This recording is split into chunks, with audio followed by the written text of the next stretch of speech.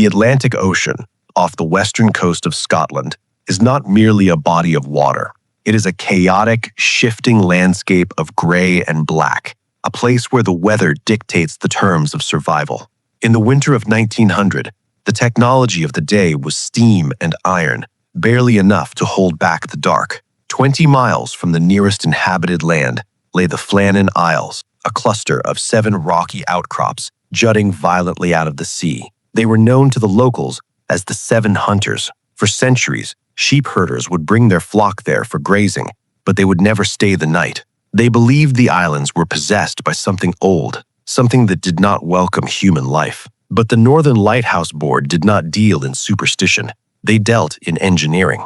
They built a lighthouse on Alien Moor, the largest of the islands, to guide ships safely past the treacherous rocks. In December of 1900, that lighthouse was manned by 3 men. James Ducat was the principal keeper, a 43-year-old family man with over 20 years of experience. He was known for his rigidity and his adherence to protocol. Thomas Marshall was the second assistant, 28 years old, single, and described by his colleagues as steady and reliable. The third man was Donald MacArthur, a 40-year-old occasional keeper. He was a relief man, brought in to cover for a sick colleague. MacArthur was a veteran of the islands, a hard man accustomed to the brutal conditions of the Hebrides. These were not men given to flights of fancy. They were stoic, seasoned professionals, charged with a single repetitive duty: keep the light burning. The rotation was simple: 3 men on the rock, 1 man on shore leave. On December 26th, Boxing Day, the Hesperus was making its way to Alien Moor. It was already days late. A massive storm had battered the coastline for a week, making the crossing impossible. On board was Joseph Moore, the relief keeper who was scheduled to swap places with one of the men on the island. As the Hesperus cut through the choppy remnants of the storm, the mood on board was tense. The captain, Jim Harvey, had noticed something troubling as they approached the horizon. The lighthouse, a distinct white pillar against the gray sky, was silent. More concerning was the lack of procedure. Usually, when the relief ship was sighted, the keepers would hoist a flag and prepare the landing. As the ship drew closer, the silence from the island became deafening. There was no flag on the staff. There were no provision boxes stacked on the landing platform. There was no movement. Captain Harvey blew the ship's steam whistle, a shrill sound that echoed off the cliffs. He waited. He blew it again. Still, there was no response. The birds, thousands of puffins and gulls that usually swarmed the rock, were the only things moving. The decision was made to launch a small boat. Joseph Moore, filled with a growing sense of dread, rowed toward the east landing. He would later testify that the silence of the island felt heavy, pressing down on him before he even stepped ashore. Moore climbed the steep, slippery stairs cut into the cliff face. These stairs wound up the cliff, 160 feet above the churning sea.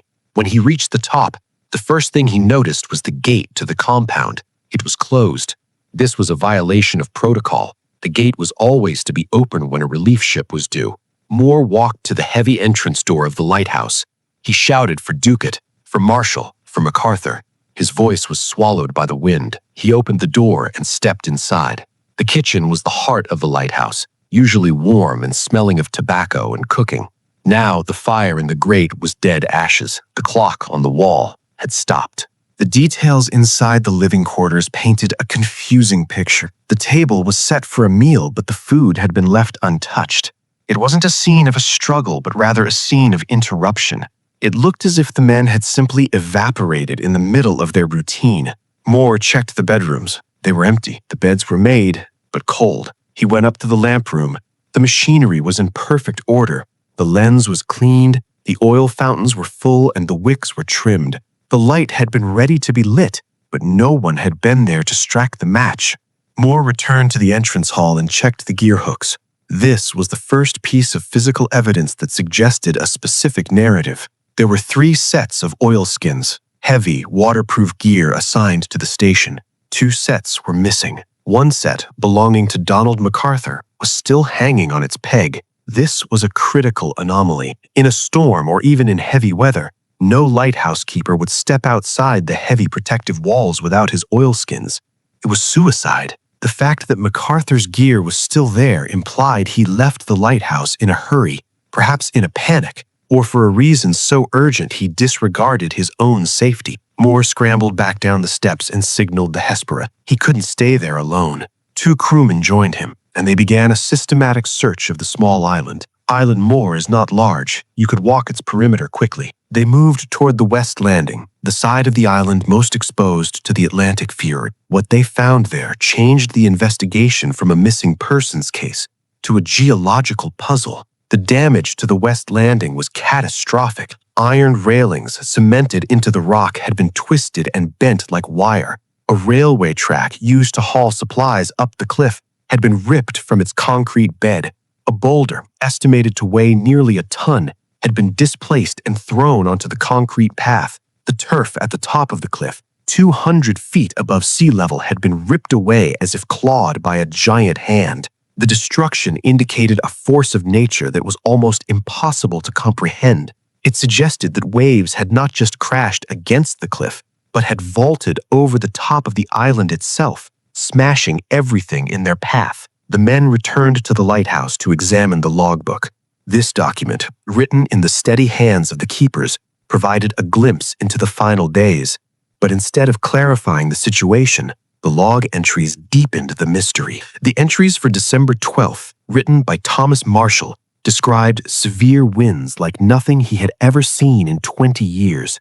He noted that Principal Keeper Ducat was very quiet. This was strange. Ducat was the rock of the team.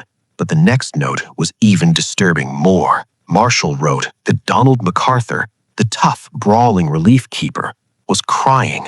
For a man like MacArthur to be reduced to tears by a storm was unheard of. These were men who lived their lives in the teeth of gales. The log entry for December 13th stated that the storm was still raging and that the men were praying. This was a crew of pragmatic Scotsmen. For them to document their prayers in an official logbook meant they believed they were facing death. The final entry was dated December 15th. It was short and chilling. It read, "Storm ended, sea calm. God is over all." Here is where the reality fractures. The official weather reports from the surrounding area and from ships passing within sight of the Flannan Isles on December 12th, 13th, and 14th recorded no storms. The weather was reported as calm. The sea was relatively flat. Yet the men on the rock were documenting a hurricane that, according to everyone else, did not exist. Or perhaps the storm was so localized, so incredibly violent and focused solely on that rock that it defied meteorological record. The investigation, led by Superintendent Robert Muirhead, tried to piece together a logical timeline.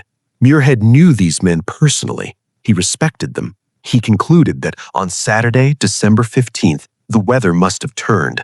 He theorized that Ducat and Marshall had gone down to the West Landing to secure the equipment as a storm built up. From the lighthouse, MacArthur must have seen a rogue wave approaching, a wall of water indistinguishable from the gray sky until it is too late. Seeing his colleagues in danger, MacArthur ran out to warn them, leaving his oilskins behind in his haste. Muirhead's report suggests that as they were at the landing, a massive body of water rose up from the Atlantic. Not a wave, but a displacement of the ocean itself. It surged up the cliff face, 200 feet high, and swept all 3 men into the freezing darkness. The calm entry in the logbook on the morning of the 15th, "Storm ended," suggests the disaster happened in the late afternoon, just as dusk was falling, before the lamp was lit. But this explanation, while officially accepted, leaves jagged edges. If the sea was calm on the morning of the 15th, why was the equipment at the landing not already secured? Why were the men crying and praying days before the real storm hit? And if the storm described in the logbook never happened according to nearby ships, were the men suffering from a shared psychosis? Isolation sickness, often called island madness, is a real phenomenon. The infrasound caused by wind rushing through the caves of the island can cause nausea, anxiety, and hallucinations. Had the constant low-frequency vibration of the wind against the rock broken their minds before the sea broke their bodies? There is also the matter of the unmade environment. When Moore arrived, the kitchen door was closed, but the outer gate was closed as well. If they had been swept away, who closed the gate? Some reports say the gate was closed, Others say open. The inconsistencies in the initial discovery add to the unease, but the missing oilskins remain the most grounded, undeniable fact. One man stayed inside until the very last second. In the years that followed, keepers assigned to the Flannan Isles reported strange occurrences. They spoke of hearing voices on the wind, calling out the names of the 3 lost men. They reported an oppressive atmosphere, a feeling of being watched from the dark corners of the gallery. The job became difficult to fill. The lighthouse was eventually automated in 1971, removing the need for human presence. Today, the light turns itself on and off, guided by computers, watched by no one. The disappearance of the Flannan Isles keepers remains one of the most disturbing maritime mysteries because it lacks a villain. There was no murder weapon, no suspect, no motive. There was only the sea. The story reminds us of a terrifying truth. We build our walls and our lights.